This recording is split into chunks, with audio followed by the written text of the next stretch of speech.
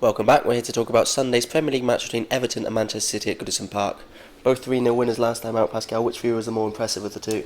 I thought Everton were brilliant against Southampton, but you'd have to say City at home to the champions 3-0 there. It was a brilliant performance from them, and early title favourites. Chelsea started the season as favourites, but now City, they're at top of the market now, and you have to say they fully deserve it. 2 3-0 wins. They've had 6 goals scored, none conceded.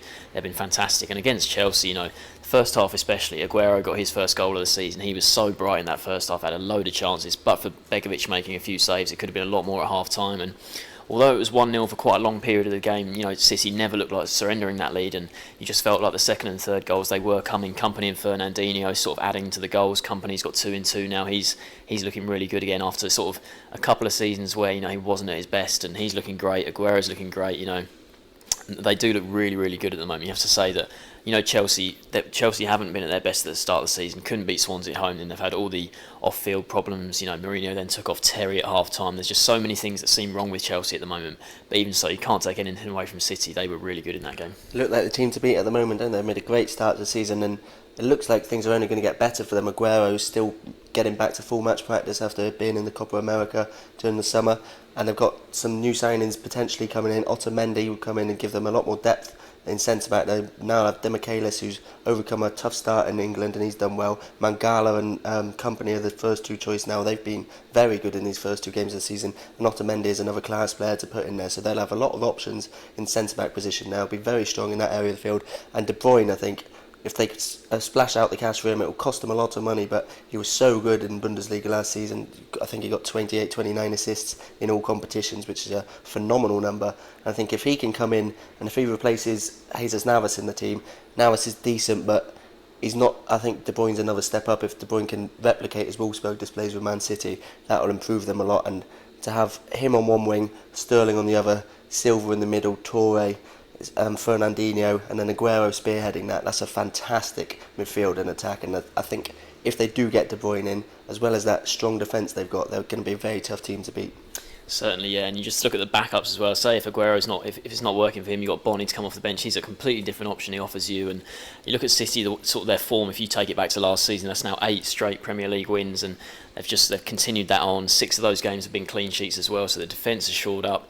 They've got the best striker in the league in Aguero, and you have to say, you just wonder if they might sort of do kind of what Chelsea did last year and sort of dominate from start to finish. They've looked brilliant so far, and Chelsea, that was West Brom away, that was a tough opening fixture, and then they faced the champions. Those first 2 games were very difficult. It's a difficult start for them, and 2 3-0 wins. They've dealt with it brilliantly, and you look at their next sort of 3 games now. They've got Watford, Crystal Palace, and West Ham in the next 3, and I know Everton here, this is quite a tough game, but then after this, Watford, Palace, West Ham, you'd expect 9 points out of 9 there, and you just wonder. Chelsea is struggling. United haven't looked all that great. Arsenal had that surprise loss on the first day.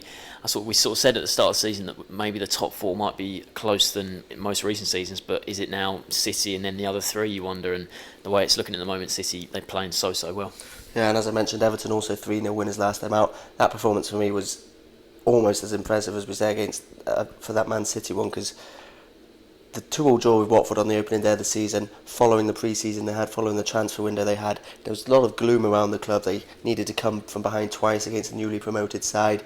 The final equaliser came quite late on through Kone, but the performance against Southampton only conceded 13 home goals all last season, so for Everton to score 3 past them, I don't think they'd even scored at St Mary's since 2002 or something like that. So to get 3 goals past them, and the performance, the manner of the performance, Lukaku was unstoppable, back to his unstoppable best. We haven't seen that much, we haven't seen that enough from him since the £28 million move, but he looked every inch a £28 million striker against Southampton.